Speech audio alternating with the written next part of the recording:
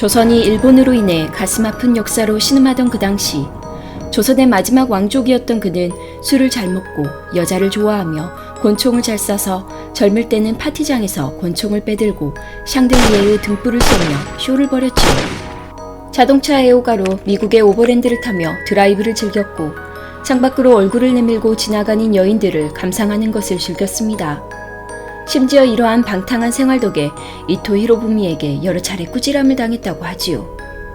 그가 미국으로 유학을 가 있던 당시에는 사랑에 빠져 이 여인을 위해서라면 황족도 포기하겠다며 윗사람들의 뒷목을 잡게 했습니다. 그래서 그를 부정적으로만 보는 사람들이 많았지만 시간이 지날수록 그에 대한 평가는 달라지고 있습니다. 과연 그는 누구였을까요? 조선시대 만국의 원인으로 지탄받는 왕족들이 일제강점기에 친일 행위로 삶을 영위하는 한편 그나마 왕족으로서의 의기를 지니고 끝까지 일제에 저항한 유일한 조선의 마지막 왕족, 바로 의친왕 이강입니다. 그에 대한 기록들을 보면 확실히 범생이 스타일은 아니었으며 풍류를 즐길 줄 아는 탕화 기질이 있었던 것으로 보이지요. 미국 유학 당시에도 공부보다는 풍족한 생활과 연애에 몰두했다고 합니다. 다만 상하이로 탈출하려던 이전에나 이후에나 일제의 감시를 피하기 위해 어느 정도 과장되게 탕화처럼 행동했다는 분석도 있습니다. 일본의 감시 기록에 따르면 이강은 몸이 불편할 때를 빼고는 매일 술을 마시고 기생을 끓여들었다 라고 나와 있지요. 이런 면에서 잘생긴 외모도 그렇고 성격도 아버지 고종보다는 비교적 할아버지 흥선대원군의 기질을 닮은 것이 아니냐는 말이 나오지요. 그리하여 그를 철없던 탕화로 볼지 반면 뒤에서는 독립운동군을 돕던 의기로운 왕족으로 볼지에 대한 시선이 갈렸던 것입니다. 호는 만호, 이름은 이강. 고종과 어머니 귀인 장씨 사이에서 1877년 5번째 아들로 태어났습니다. 어머니 장씨는 명성황후의 미움을 받아 의친왕을 낳은 이후에 골 밖으로 쫓겨나 궁 밖에서 살다가 명성황후가 죽은 후인 1900년에야 수건, 1906년에야 귀인으로 풍계가 높아졌습니다. 이강은 1891년 의화군에 봉해지고 성인이 된 이후 1893년 12월 김사준의 딸 김덕수를 아내로 맞이합니다. 1894년 9월 청일전쟁에서 승리한 일본의 전승을 축하하는 보빙대사로 임명되어 일본에 갔다가 그해 10월에 귀국하였습니다.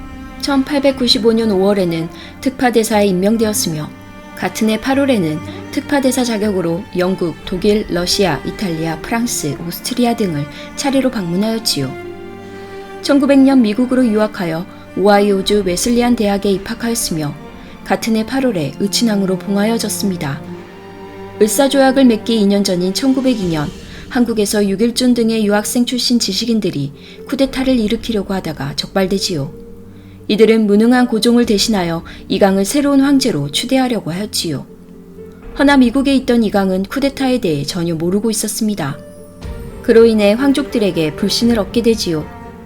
1905년 4월 미국 유학을 마친 뒤 귀국하여 대한제국 육군부장이 되었습니다. 이후 황자 서열로는 순종의 다음 서열이었으나 순원 황기비의 견제와 일본의 영향 등으로 황태자 자리에 오르지 못하였습니다. 1907년 헤이그 특사 사건으로 고종이 퇴위하고 순종이 즉위했으며 후사가 없는 순종의 황태자로 영춘왕 이은을 결정하였습니다. 이는 자신의 왕위를 계속 위협했던 이준용과 이강을 견제하려는 순원 황기비의 의도와 이준용파와 이강파가 득세하면 자신의 실권이 잠식될 것을 우려한 이완용의 정략이 맞아떨어진 결과였지요. 일본 또한 똑똑하고 사람들로부터 인망이 좋았던 의친왕 이강보다 영친왕 이은이 온순하고 다르기 쉬울 것이라고 생각했습니다. 이로써 장기간 해외 망명 생활 중에 끊임없이 잔재적 왕위 계승자로서 주목과 견제를 받아왔던 이준용과 이강은 졸지에 순종의 동생이자 황태자의 형이라는 지위로 벽화되었습니다. 그래도 의친왕은 자신의 의지를 숨긴 채 일본의 강압으로 대한제국군이 해산되었을 때도 장병들에게 지방으로 내려가 의병으로 봉기해 항전할 것을 지시하지요. 1909년 거창군에서 김태균을 만나 의병단 양성을 위해 땅을 매입하고 있었으나 일본에 의해 탈로가 나면서 수포로 돌아갑니다. 1910년 한일합방 직후 그는 친왕에서 공으로 강등당하여 이강 공이 됩니다. 국권 피탈 이후에는 주색에 빠진 폐인 행세로 일본의 삼엄한 감시를 피하던 으츠낭은 항일 독립 투사들과 비밀리에 끊임없이 접촉, 교신하며 묵묵히 독립운동을 지원하였습니다. 1911년 11월에는 33인의 민족 지도자들과 함께 11월 독립선언서에 서명하기도 했지요. 1916년 대한독립의군부 총사령관 임병찬이 타계하자 이에 으츠낭이 추모제문을 보냈습니다. 이러한 사실은 임병찬 등 독립군과 교류가 있었다는 증거가 되어 으츠낭의 군가이자 초소인 사동궁에는 일본 제국 경찰이 보초를 서면서 드나드는 모든 사람들을 일일이 감시했고 국내 사무실에서는 일본인 사무관이 파견 나왔으며 으츠낭의 초소에는 감시를 위한 유리창이 달렸습니다. 기생 이난양의 회고록에도 으츠낭이 그녀를 찾을 때면 일본 형사가 늘 그를 따라다니며 감시했다고 하지요. 그런데 이러한 삼엄한 감시를 받아가면서도 으츠낭은 3.1운동 준비와 관련하여 손병희와 비밀리에 회합했지요. 1919년 11월 24일자로 조선총독부 경무국장이 외무대신에게 보낸 보고서에는 공은 즐겨 시정 잡배와 왕래했는데 올봄 독립운동의 주모자 손병희와는 몰래 회합 모의했고 손병희가 체포되자 공은 매우 낭패한 빛이 있었다 라고 기록되어 있습니다.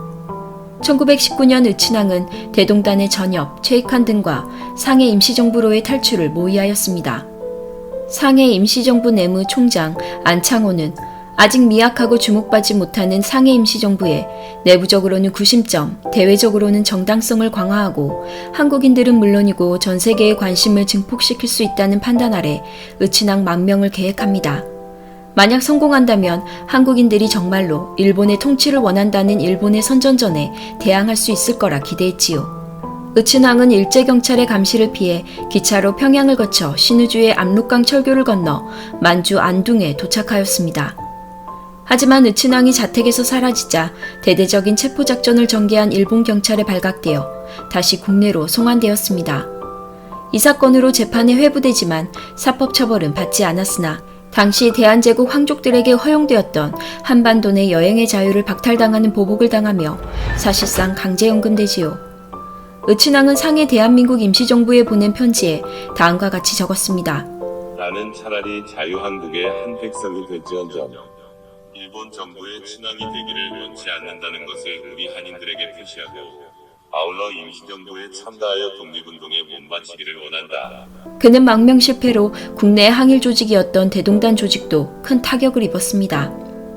그 뒤 여러 차례 일본 정부로부터 도의를 강요받았으나 끝내 거부하여 항일의 기계를 굽히지 않았지요. 당시 조선 황족 중에서 유일하게 항일 투쟁에 적극적인 관심을 가지고 있었던 인물로 평가되었습니다. 이후 조선총독부는 일본 정부에 보고하여 으츠낭에게 형식적으로 부여했던 이강공이라는 자기를 박탈하였으며 그의 공인은 장남 이건에게 습공되었습니다. 으츠낭은 이후 광인과 주색에 빠진 것을 가장하여 일제의 감시에 눈을 피해 살았지요. 으츠낭의 딸 이혜경 여사의 증언에 따르면 아버지의 방탕한 생활은 일본을 속이기 위한 행동이었고 으츠낭이 기생을 부르라 하면 기생을 태우고 오는 인력 거꾸는 독립군 밀사였으며 으츠낭과 밀사들은 골방에서 밀담을 나누었다고 합니다. 1940년 창씨개명령이 떨어졌을 때도 그는 창씨개명을 하지 않았지요. (1945년 8월) 강복 이후 11월 3일 임시정부 요인들인 김구와 김규식과 면담을 가지지만 그는 별다른 정치적 의사표현은 하지 않았습니다. 1948년 8월 15일 정부가 수립되자 황족 재산이 국유화되고 황실 인사를 배척하던 이승만이 정권을 잡으면서 물질적으로나 정치적으로 소외당하며 망국의 황자로서 고난의 세월을 보냅니다. 그리고 6.25 전쟁 때는 고종의 자녀들 중에서 유일하게 직접 전쟁 상황을 겪었는데 개전 후 불과 3일 만에 서울이 북한 공산군에게 함락당했는데 북한 지배하의 서울에서 빠져나오지 못하면서 피죽만 겨우 먹는 생활을 하게 됩니다. 그나마 그 피죽도 딸 이혜경이 목숨 걸고 구한 것이었지요. 이후 일사후퇴 무렵에는 부산으로 피난을 떠났는데 70대의 노구의 몸으로 식사를 제대로 못했고 자연스레 영양실조 및 각종 질병에 시달렸습니다. 1952년 휴전 후 다시 서울로 되돌아와 사동궁 별궁에서 거주할 수 있었지만 황족으로서의 어떠한 예우도 없다는 조건이 붙었지요. 1955년 8월 9일 병석에서 장명 부통령을 대부로 하여 영세를 받았습니다. 의친왕의 천주교 세례명은 비오이지요. 이는 할아버지 흥성대원군이 천주교도 수만 명을 사용시킨 것에 대한 참회의 성격도 있었다고 합니다. 1955년 8월 16일 서울특별시 종로구 안국동의 별궁에서 79살의 나이로 타계합니다. 사실 황족들은 일제강점기 당시 만국의 원흉으로 지탄받으면서 재조명의 기회가 없었지요. 1975년 생모 김근덕의 위독 소식을 듣고 귀국한 다섯째 딸 이혜경은 30년 넘게 아버지 의친왕의 복권운동을 추진했으나 실패합니다. 이후 2000년대 들어 의친왕이 임시정부 요인 대동단 등과 비밀리에 서신 연락을 주고받은 점 등이 발굴되어 연구 진행 중에 있지요. 조선 왕조의 마지막 왕녀 이혜경 여사는 2018년 9월 24일 미국 뉴욕에서 가진 서울신문과의 단독 인터뷰에서 이 같은 소회를 밝혔습니다. 어머니인 의친왕비가 동서양을 막론하고 왕조의 마지막은 늘 비극으로 끝났다. 대한제국 왕실의 비유는 당연히 겪어야 할 운명이라고 생각하고 살아라. 라고 말씀하신 게 90이 다 돼서야 받아들여져요. 아버지 의친왕의 잘잘못을 역사가 정확하게 평가했으면 합니다. 그게 제 마지막 바람이에요. 위장이었든 진짜 모습이었든 탕하답게 그는 여러 처첩을 두고 자식도 많이 낳았습니다. 현재 인정된 자녀는 총 12남 9녀. 다만 본처인 김독수와의 사이에서는 자녀를 낳지 못하는 바람에 의친왕의 후손들은 전부 서자 출신입니다. 의친왕이 많은 자손을 둔 것은 그의 존재가 대한제국 황실에서 상당히 중요한 위치를 차지하는 요인이 되었습니다. 왜냐하면 현존하는 고종황제의 후손은 물론 남영군의 남계 후손들 역시 전부 의친왕의 자손이기 때문이지요. 의친왕의 이북형인 순종황제는 후손이 아예 없었습니다. 영춘왕과 이방자 스라의 두 아들 역시 큰아들 이지는 갓난아기 때 죽고 장성한 작은아들인 이구 역시 후손 없이 사망했습니다. 이복 여동생인 덕혜옹주의 외동딸 소마사에도 후손 없이 자살한 것으로 추정합니다. 그래서 현재 남아있는 고종황제의 후손들과 남영군의 남계 자손들은 모두 의친왕계인 것이지요. 의친왕의 자녀들 중 일제강점기에 일제에게서 인정받은 사람은 이건과 이유 둘뿐입니다. 이건은 일본에 귀화하여 일본 군인으로서의 삶을 살며 사실상 아버지와 의절을 하게 되지요. 둘째 아들 이유는 잘생긴 왕자님으로 인터넷에서도 유명하지만 자신의 의지와 달리 일본 제국 육군으로 복무해야 했고 일본의 패망을 직감하여 전역을 하려 노력했지만 결국에는 히로시마로 전출되어 원폭에 피폭되며 고열로 사망하게 되지요. 나머지 자녀들은 실질적으로 의친왕의 자녀들로 인정되었지만 일제에게서 인정받지 못해 법적으로는 호족도 없는 사생아가 되었습니다. 그래서 이들을 이씨로 만들기 위해 다른 종친들에게 입적시켰지요. 의친왕이 61살이 되던 해 19살의 창덕군 전하교환원인 홍종순이 마음에 들어왔고 둘은 결혼해 비둘기집이라는 노래를 부른 가수 이석씨를 낳지요. 이석씨 역시 생계를 위해 노래를 불러야 했던 어려운 시절을 겪었지만 지금은 전주에서 황실문화재단 이사장으로 지내고 있습니다. 나라를 잃은 것에 대한 업이었는지 왕족들은 대부분 불행한 삶을 살아야 했습니다. 500년을 이어온 조선 왕족들이 일본 앞에서 무능력함을 보이며 특혜 안에서 엎드려 살 때 그나마 의친왕의 행적이 위로를 주긴 하지만 왕족들의 전체적인 행적들을 볼 때면 울분이 터지는 가슴 아픈 역사일 것입니다. 잊혀진 역사는 늘 되풀이됩니다. 나라를 잃은 역사를 교훈 삼아 후회하는 일이 반복되지 않도록 우리 모두는 늘 깨어있도록 노력해야겠지요. 오늘의 이야기가 재밌으셨다면 구독, 좋아요, 알람 부탁드립니다. 그럼 오늘보다 내일 더 활짝 필 하루를 기다리며 지금까지 블루밍 꼰이었습니다.